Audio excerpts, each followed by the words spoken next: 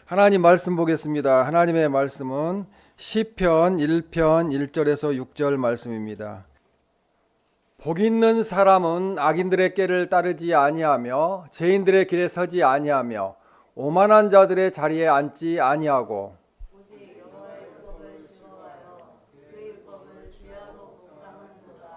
그는 시냇가에 심은 나무가 철을 따라 열매를 맺으며 그 잎사귀가 마르지 아니함 같으니 그가 하는 모든 일이 다 형통하리로다.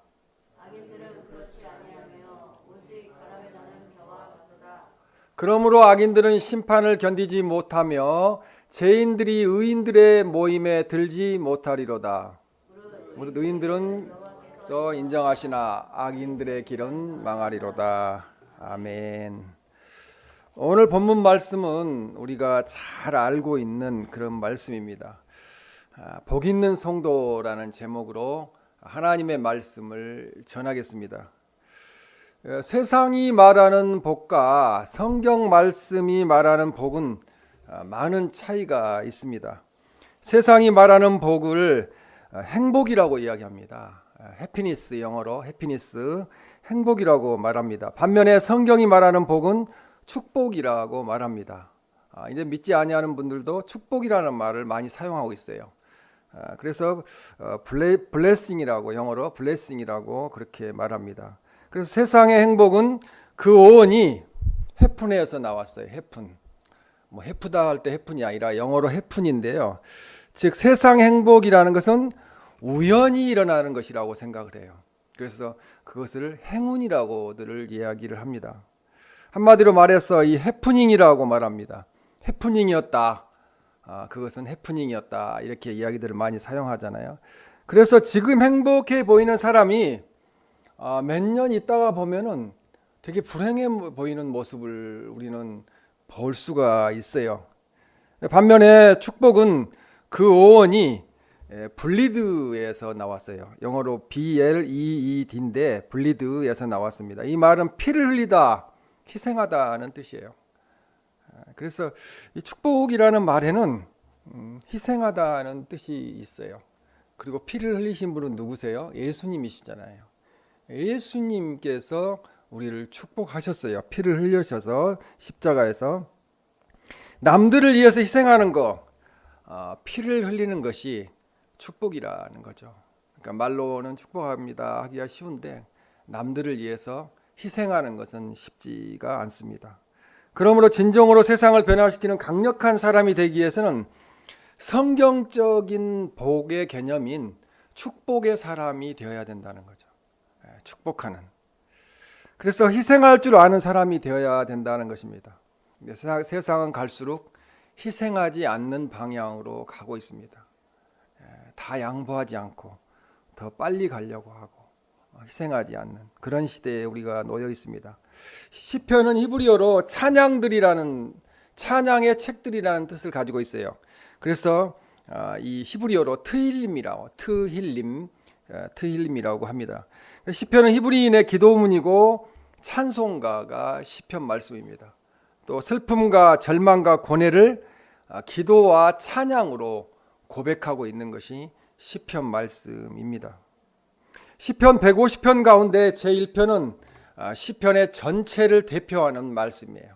시편을 한마디로 요약해 놓은 것이 시편 1편 말씀입니다. 성경 말씀은 의인과 악인, 구원받을 사람과 멸망받을 사람을 말씀합니다. 그리고 잘될 사람과 잘 못될 사람에 대해서 성경은 말씀하고 있습니다. 여기서 잘될 사람은 경제적인 것을 이야기하는 건 아니에요. 영원히 잘 되는 것을 말씀합니다. 오늘 보면 시편 1편 말씀에서 복 있는 성도의 삶은 어떤 것인가를 우리가 하나님의 말씀을 듣고 깨닫고 우리들이 하나님의 은혜로 이미 복 있는 성도가 되었어요. 그 은혜 받아서 복 있는 성도가 된 것에 대해서 감사하는 그런 시간이 되시기를 주님의 이름으로 축원합니다. 첫 번째로 복 있는 성도는 악인들과는 다른 의인입니다. 그래서 우리는 예수님 때문에 값없이 의롭다함을 입었기 때문에 의인으로 살고 있어요. 그러니까 이것이 바로 복 있는 성도의 모습이라고 볼 수 있습니다. 그래서 복 있는 사람은 1절에 히브리어로 보면은 이 복 있는 사람은 아시레이 하이시라고 그래요. 아시레이 하이시. 직역하면은 그 사람의 복이여라는 뜻이에요. 복 있는 사람은 그 사람의 복이여라는 뜻입니다. 즉 아시레이는 올바르다는 거예요. 번영하다는 거예요. 복 있는 사람은 올바른 사람이고 영적으로 번영하는 사람입니다. 그래서 이 말에서 아사르라는 말에서 유래가 되었는데, 이 아사르라는 말은 이 바라크란 말과 우리가 같이 생각해 볼 수 있는데요. 복이라는 말은 바라크와 히브리어로 아샤르라는 말이 있습니다. 그래서 먼저 바라크라는 말은 성경에 415회 정도 나오는데, 하나님의 축복을 나타내는 가장 일반적인 단어가 인간의 선행과 관계없이 창조주 하나님의 큰 긍휼과 자비로 인하여 인간의 산업과 후손과 육체에 내려주시는 복을 우리는 바라크라고 이야기합니다. 외울 때는 복을 바라다, 공부할 때 이렇게 해야 되는데 바라크라고 이렇게 발음하게 되겠습니다. 다음으로 이 아사르라는 말이 있어요. 복이라는 것이, 복 있는 사람은 이 올바르다, 번영하라는 의미를 가지고 있어요. 아사르, 아까 말씀드렸죠. 이 아사르는 대개 하나님과의 인격적인 교제 안에서 하나님의 말씀에 순종하는 자에 대한 보상으로서 복을 말하는 거예요. 그래서 하나님의 말씀에 순종하면은 하나님은 영적인 복과 또 모든 더하는 복을 하나님이 내려 주십니다. 그래서 이 복은 하나님께서 인간이 고백하게 만들고 그리고 기원하는 형식으로 사용됐다는 거죠. 그래서 우리는 올바르다, 번영하다는 이 아샤르라는 복을 사람들에게 많이 선포를 해야 됩니다. 그래서 시편 1편 1절 말씀에 보면은 복 있는 사람들은 악인들의 꾀를 따르지 아니하며라고 말씀합니다. 악인에 해당하는 히브리어는 라사라고 그러는데 유죄한 자, 죄가 있는 사람이라는 거죠. 악인은 이 법정에서 유죄 판결을 받은 자를 의미합니다. 그런데 시편 1편 1절에서 하나님의 율법 말씀 앞에서 죄인으로 입증된 자를 악인이라고 그래요. 악인. 그래서 하나님 말씀대로 살지 않는 사람을 악인이라고 이야기합니다. 악인들에게는 하나님의 율법이 없고 그냥 자신들의 생각대로 삽니다. 세상이 갈수록 저는 악인들로 되어간다고 보는 거예요. 교회 다니면서 변화된 사람도 갈수록 악인들로, 하나님 말씀을 두려워하지 않는 악인들로 바뀌어지고 있어요. 그래서 자신들의 생각대로 삽니다. 그냥 뭐 어때, 하나님 말씀 그렇게 돼 있어도 나는 내 방법대로 살 거야. 이것이 악인들의 모습입니다. 그래서 이것이 사람들의 깨에 해당하는 말인데요. 깨라는 것은 의도적으로 죄를 짓는 거예요. 깨를 낸다는 거. 그리고 도모한다는 거예요. 악을 도모하는 거예요. 어떻게 해서 내가 악을 도모해서라도 돈을 많이 끌고 모을까, 이렇게 하나님의 뜻과는 상관없는 악인의 마음 속에서 나오는 깨라는 거죠. 그런 사람들을 성경에서 결국은 멸망할 것이라고 말씀합니다. 또 시편 1편에 복 있는 사람들은 죄인들의 길에 서지 아니하며라고 말씀합니다.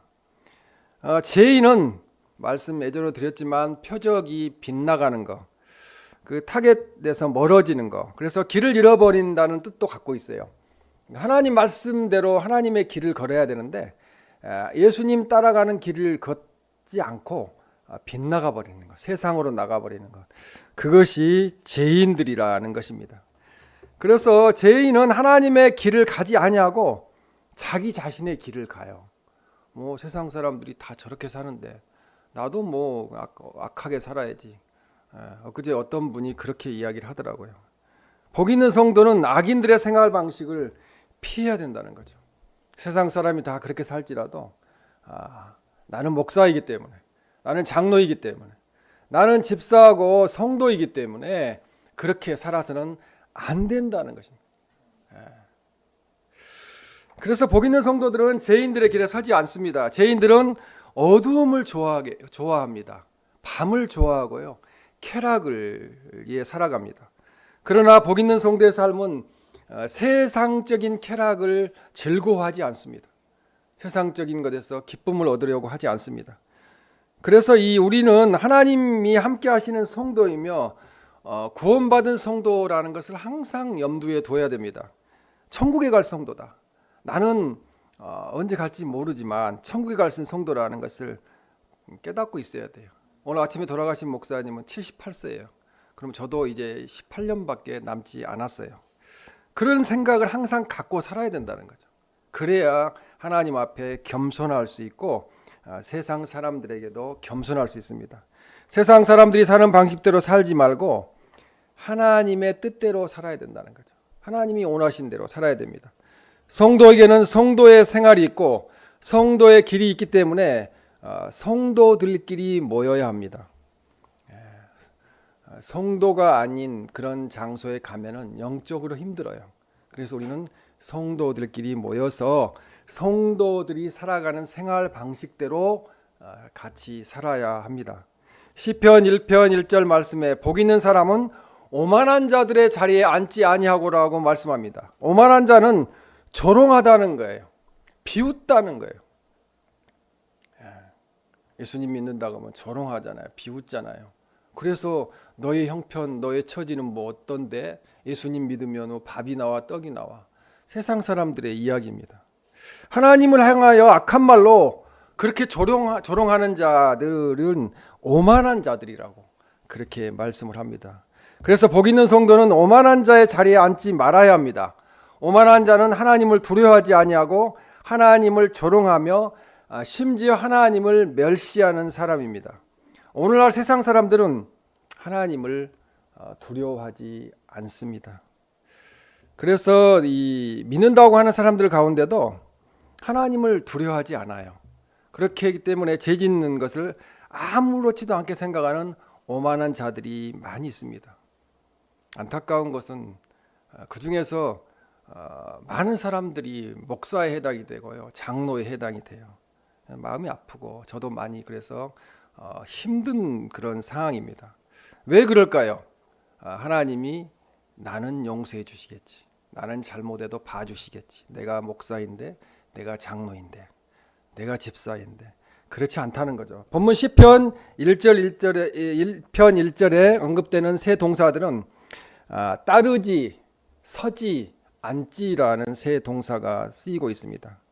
제 성질이 점점 더 악화됨을 이 용어들의 배열을 통해서 우리가 알 수 있어요.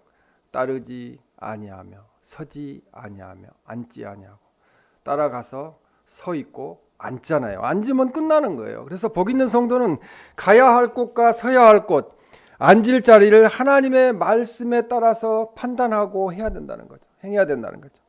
유혹을 받을 곳, 범죄할 자리를 피해야 된다는 겁니다. 그래서 내가 누구를 따르는가에 따라서 복 있는 사람이 될 수도 있고 복을 받지 못하는, 복을 빼앗기는 하의 길로 들어서는 사람이 되기도 할 수 있다는 거죠. 악인들과 다르게 예수님을 믿음으로 값없이 의인이 된 우리들은 하나님의 말씀에 서야 하고 믿음의 반석 위에 서야 합니다. 그리고 자신을 항상 세워야 돼요. 성령 충만함으로 세워야 합니다. 우리는 언제나 성령의 도우심을 받아 우리의 발걸음과 마음가짐을 조심함으로 세상을 이기고 승리하시기를 주님의 이름으로 축원합니다. 두 번째로 복 있는 성도는 하나님의 말씀을 읽고 묵상합니다. 저도 요즘 이렇게 볼 수 있는 게 너무 많아요. 그러면 하나님 말씀 보는데 게을러져요. 그래서 하나님 말씀을 듣고 있는데 듣는 것만으로는 안 돼요. 보고 읽고 묵상을 해야 됩니다. 그래서 오직 여호와의 율법을이라고 2절에 말씀하는 겁니다.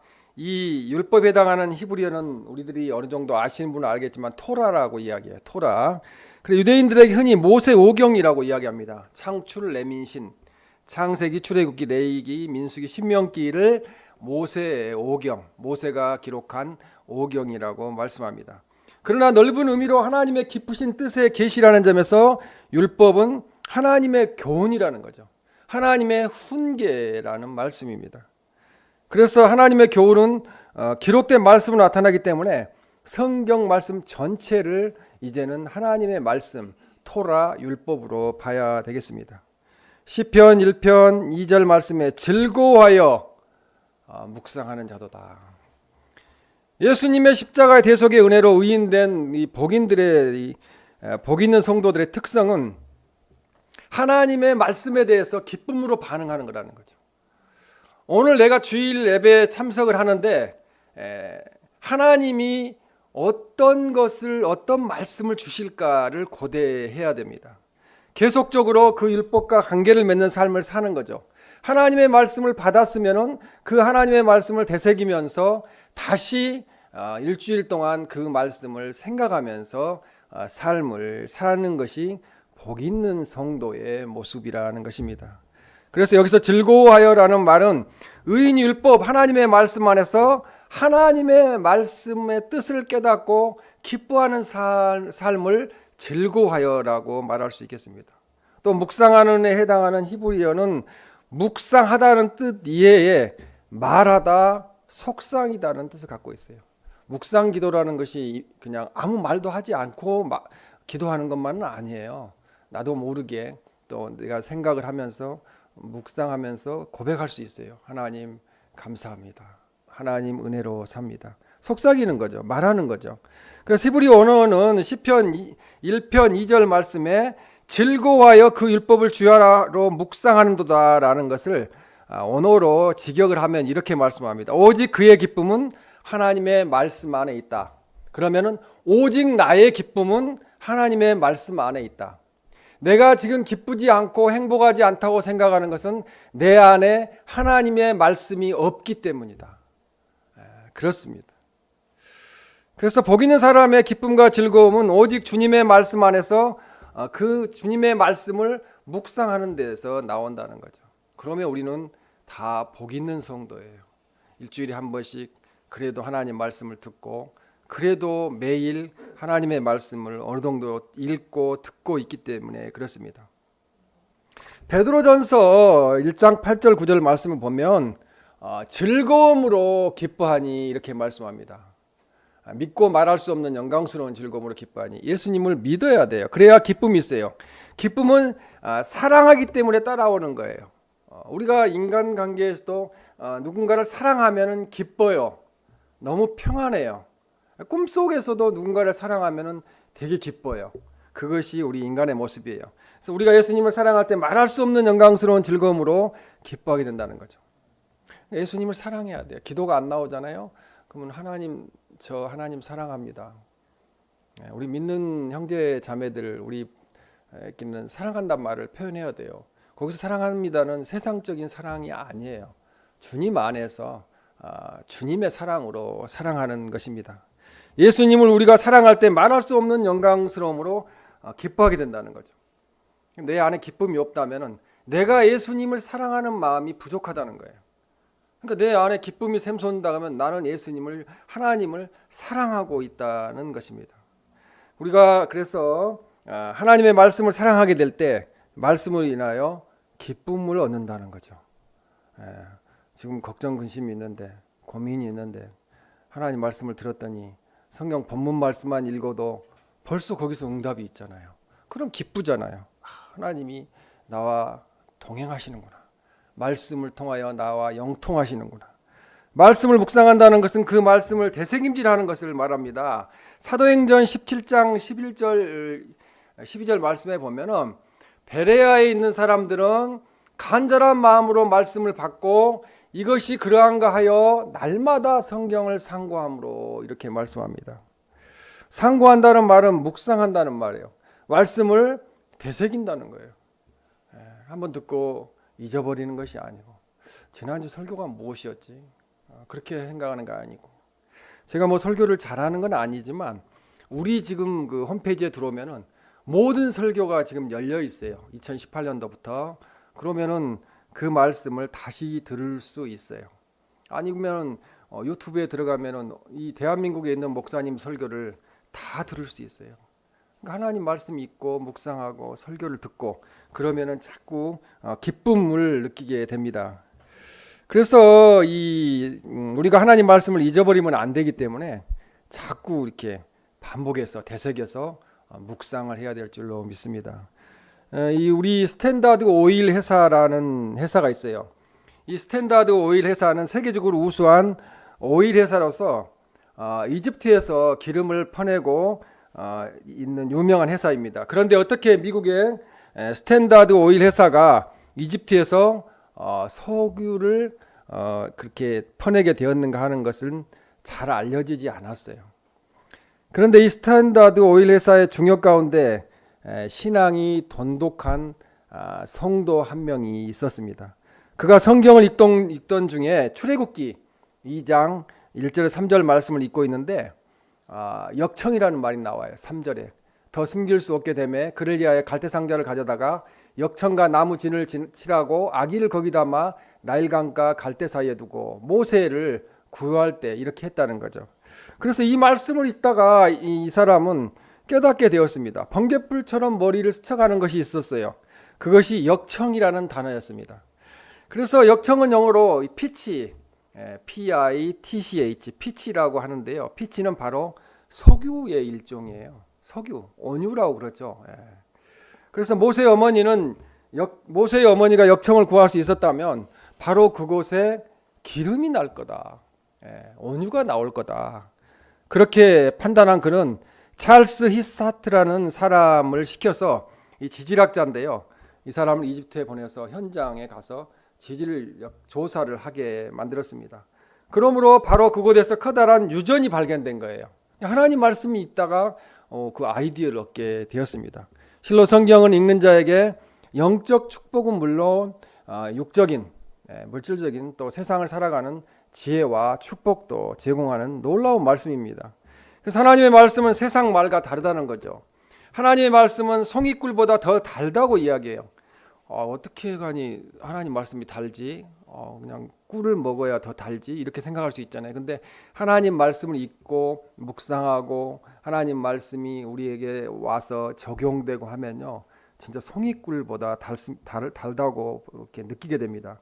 그래서 우리가 하나님 말씀을 읽고 묵상함으로 그 맛을 체험하는 우리 성도님들이 되시기를 주님의 이름으로 축원합니다. 이제 세 번째 마지막으로 복 있는 성도는 철을 따라 열매를 맺고 구원을 받습니다. 이미 우리는 영원 구원은 받았지만 이 땅에서도 어려운 상황에서 구원을 받게 됩니다. 3절에 그는 시냇가에 심은 나무라고 말씀합니다. 이는 의인의 복된 상태, 복 있는 성도의 상태를 시냇가에 심은 나무로 비유하고 있습니다. 의인이 하나님의 말씀 안에서 항상 기쁨을 공급받는 상태를 시냇가에 심은 나무에다 비유한다는 거죠. 시냇가에 심은 나무는 날마다 생수를 공급받습니다. 물 걱정이 없어요. 계속 옆에 냇가에 물이 흐르고 있기 때문에 그렇습니다. 그리고 3절에 철을 따라 열매를 맺으며, 철을 따라라는 것은 문자적으로 그의 때라는 뜻을 갖고 있어요. 그의 때.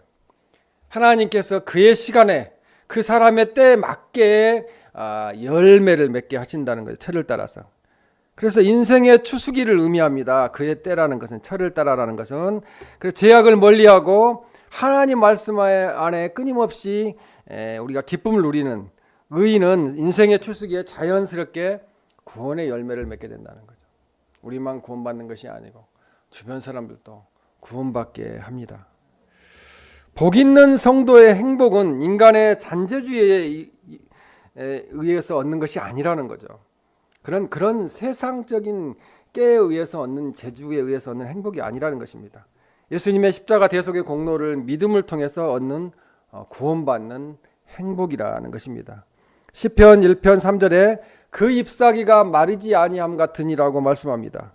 하나님을 의지하는 사람은 잎사귀가 마르지 않는다는 거죠. 산에 이제 잎사귀가 마르고 있잖아요. 단풍이라는 것은 우리가 참 아름답다 하고 즐기는데 실은 나무 입장에서 볼 때는 죽는 거예요. 그냥 뼈를 깎아내는, 그러니까 자기에 있는 그 살을 막 떼어내는, 자기의 것을 깎아내는 그것이 단풍 드는 것입니다. 그래서 그렇게 되면 이제 나무가 겨울에는 이제 죽은 듯이 있잖아요. 그래서 우리가 하나님을 의지하는 사람은 잎사귀가 마르지 않는다는 것은 영적으로 죽지 않는다는 거예요. 영원토록 소나무처럼 푸르게 독야 청정한다고 그러죠. 시편 92편 12절 15절 말씀에 보면 의인은 종려나무 같이 번성한다는 거죠. 레바논의 백향목 같이 성장한다. 종려나무 잎사귀가 워낙 길어가지고 그걸로 마당을 쓰니까요. 마당 쓰니까 그냥 마당 넓은 면적을 한 번에 다 쓸 수 있더라고요. 그 정도로 번성한다는 거죠. 레바논의 백향목 같이 성장하게 됩니다. 그래서 빛이 청청한다는 거죠. 항상 푸르다는 거죠. 복 있는 성도는 영과 육이 푸르고 싱싱하고 열매가 있어야 된다는 거예요. 몸이 늙어가는 것 때문에 두려워할 필요가 없죠. 왜? 우리는 푸르청청한 빛이 청청한 사람들이기 때문에 우리가 늙어가면은 어디 갑니까? 하나님 나라에 가니까 항상 계산을 해야 돼요. 내가 몇 년 남았는가. 항상 계산 안 하고 살아야 돼요. 그래서 우리가 이 세상을 떠날 때 아름다운 것을 남기고 보람 있는 삶을 살다 가야 된다는 거죠.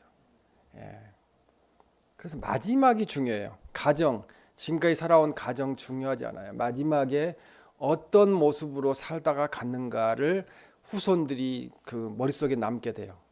그러니까 지금부터라도 우리는 하나님 말씀대로 살아야 됩니다. 그렇게 살아야 될 줄로 믿습니다. 복 있는 성도는 심판 때에 구원을 얻습니다. 4절 말씀에 보면 오직 바람에 나는 겨와 같도다. 악인들은 그렇지 아니하며. 이걸 보려면요 방앗간에 가야 돼요. 저는 방앗간에 가서 어렸을 때 막 뛰어놀고 그래가지고 동네 방앗간에서 겨가 어떻게 나오는지를 잘 알아요. 앞에는 알곡들이 쏟아지고 벼가 쏟아지고 쌀이 쏟아지잖아요. 벼를 이렇게 탈곡을 해가지고 방앗간을 찌면은, 그런데 방앗간 뒤편에 가서 이렇게 숨어서 술래잡기를 했는데 막 이 바람에 의해서 창고로 막 쏟아져 나와요. 그게 뭐냐면 겨예요. 껍질이 쌀의 껍질, 벼의 껍질이 벗겨져 가지고 막 나오는 거죠. 악인들은 그렇게 된다는 거죠. 그 껍질이 어떻게 사용되나요? 나중에 아궁이에 들어가요. 그래서 시골에서는 그 겨 껍질로 아궁이에 불을 떼서 밥을 하고 그렇게 했어요. 그래서 악인들은 바람에 나는 겨와 같다는 거죠. 불 속에 들어간다는 거죠. 1절 3절 말씀에 묘사된 의인의 행복과는 대조적으로 4, 5절 말씀은 악인의 실패 및 불행을 기록한 말씀이에요. 그러니까 우리가 1절에 3절에 속하느냐 아니면 4, 5, 6절에 속하느냐는 우리가 선택을 해야 됩니다. 겨는 가볍기 때문에 바람에 날아가 버립니다. 그래서 우리는 나달이 되어야죠. 알곡이 되어야죠. 겨가 되어서는 안 된다는 거죠. 악인이 사라져버리고 말른다는 거죠. 겨처럼. 5절에 그러므로 악인들은 심판을 견디지 못하며라고 말씀합니다. 심판에 해당하는 히브리어는 미시파트라고 그래요. 미시파트, 이 말을 많이 사용하는데요. 선악의 제재, 심판을 공평하게 하시는 공의의 하나님. 공의라는 말이요, 선악을 분명히 구분하셔갖고 제재하신다는 거죠. 그리고 심판을 하되 공평하게 하신다는 거예요. 공의의 하나님. 그냥 누구를 봐주고 누구는 안 봐주고, 우리 엄마가 권사니까, 우리 엄마가 아버지가 목사니까 내가 천국 갈 수 있겠지, 이건 아니라는 거죠. 공평하게 하신다는 거죠. 백을 안 봐주신다는 거예요, 하나님께서는. 그래서 여기서 보면은 견디다, 심판을 견디지 못하며의 견디지는 말을 알아보면은 서다는 거예요. 일어서다는 거예요. 견디지 못하는 것은 서지 못한다는 거죠. 견디지 못한다는 것은 일어서지 못한다는 것입니다. 그러면은 이 사람은 천국을 못 간다는 거죠. 악인은 하나님의 율법을 대적하는 것을 악인이라고 이야기합니다. 하나님 욕하고 하나님 안 믿고 하나님 믿는 성도 비판하고 이런 사람들이 악인이에요. 이 세상의 마지막에 있을 최후 심판 때 그들은 일어서지 못할 것입니다. 천국에 가지 못할 것입니다. 그리고 부활에 참여하지 못할 것입니다. 악인이 이 땅에서도 심은 대로 악하게 거두게 됩니다. 어떤 분이 내가 믿는 사람이니까 다른 사람들이 나 믿는 것을 이용해 가지고 나를 힘들게 한다. 그래서 나는 악하게 산다. 심판받는다는 거죠. 믿는 사람도 악하게 살면 심판을 받습니다. 시편 1편 5절 말씀에 죄인들이 의인들의 모임에 들지 못하리로다. 의인들의 모임이라는 것은 하나님의 심판 또는 판단 앞에서도 부끄러움이 없이 설 수 있는 복 있는 성도들의 모임이에요. 천국의 모임이에요. 이게 죄인들은 천국의 모임, 천국 백성들의 모임에 들어오지 못합니다. 그래서 이 복 있는 성도들은 시편 오늘 1편 1, 2절에서 묘사된 것 같이 소극적으로 악인의 사상과 행동에서 구별돼야 된다는 거죠. 세상 사람들이 다 악하니까 나도 그렇게 살아야지. 그건 아니라는 것입니다. 적극적으로 하나님의 율법과 성경 말씀을 묵상하며 이 생활하는, 실천하는 성도가 복 있는 성도입니다. 한편 여기에서 모임에 해당하는 것은 지명하다는 뜻을 갖고 있어요. 하나님이 우리를 어떻게 하셨어요? 지명하여 불렀나니 너는 내 것이다, 이렇게 말씀하십니다. 하나님께서는 하나님 나라 모임에 우리를 지명하여 부르셨습니다. 그래서 우리는 뭐뭐에서 만나다라는 뜻도 모임의 언어에 있는데 하나님을 만난다는 거죠. 모임에서, 교회 모임에서, 하나님 나라 백성의 모임에서 하나님을 만납니다. 그리고 거기에 마음을 두어야 돼요. 교회에, 하나님 나라에 마음을 두고 살아야 됩니다. 거룩한 장소, 곧 하나님의 언약궤가 모셔져 있는 성소나 성전을 의미하기도 하고, 최종적으로는 예수님께서 이 땅에 오시면은 모든 성도들을 불러 모으실 천국, 하나님 나라에 들어가는 성도들의 모임을 이야기한다는 거죠. 그래서 복 있는 성도는, 의인은 천국의 모임에 들어가나 악인은 들어갈 수 없다는 거죠. 가장 큰 심판이 뭐예요? 악인은 천국에 들어갈 수 없다는 거예요. 하나님이 없다 하는 분, 예수님 안 믿는 분들을 성경은 악인이라고 이야기합니다. 시편 1편 6절 말씀에 무릇 의인들의 길은 여호와께서 인정하시나 악인들의 길은 망하리로다, 그렇게 말씀합니다. 이를 망이잖아요. 그러면은 뭐 영혼이 망하는 거죠. 잃어버리는 거죠, 천국을. 그래서 망하리로다에 해당하는 히브리어는 아바드라고 그러는데요, 소멸하다는 거예요. 소멸하다는 말은 좀 그렇잖아요. 없어져 버리잖아요. 소멸하다는 뜻으로 의인이 최후의 바람에 나는 개와 같이 불에서 타는 존재가 된다는 거예요. 소멸하다는 것은. 근데 그게 타기만 하지 아예 없어지는 건 아니에요. 계속 고통을 받게 되는 것입니다. 그러나 복 있는 성도는 어떠한 환난과 심판이 와도 건짐을 받는다는 거죠. 이 땅에서 환난받고 무시당하고 고통받고 해도 우리는 이미 영원 구원받은 하나님의 복 있는 성도이기 때문에 세상 사람들을 부러워할 필요가 없다는 것입니다. 악인의 길은 멸망할지라도 의인은 구원을 받습니다. 결론적으로 오늘 시편 1편 말씀이 주시는 교훈은, 첫 번째로 이걸 우리가 수요 예배하고 금요 기도에 하고 있는데 좋다고 그래서 이걸 한번 교훈의 말씀을 한번 묵상하도록 하겠습니다. 시편 1편 말씀이 주시는 교훈은 첫 번째, 그러므로 복 있는 성도의 생활은 악을 거부하는 생활이며 하나님의 말씀을 날마다 묵상하는 생활을 해야 합니다. 예수님의 은혜로 의인된 우리는 하나님의 말씀 안에서만 참 기쁨을 공급받을 수 있음을 기억하며 생명의 길, 구원의 길로 나아가야 합니다. 두 번째, 이 세상을 살아가는 데 있어서 의인의 길보다는 악인의 길이 더 넓고 걸어가기가 쉽습니다. 의인의 길은 좁고 길이 협착하여 찾는 이가 많지 않습니다. 그러나 최후의 승리와 영광의 길이 의인의 길에 있다는 것을 잊지 말고 언제나 주님의 말씀을 따라 행하는 복 있는 성도들이 되시기를 축원합니다. 세 번째, 성경이 말씀하는 복의 개념은 무병장수와 물질적 풍요를 복으로 생각하는 세상적인 복의 개념과는 다릅니다.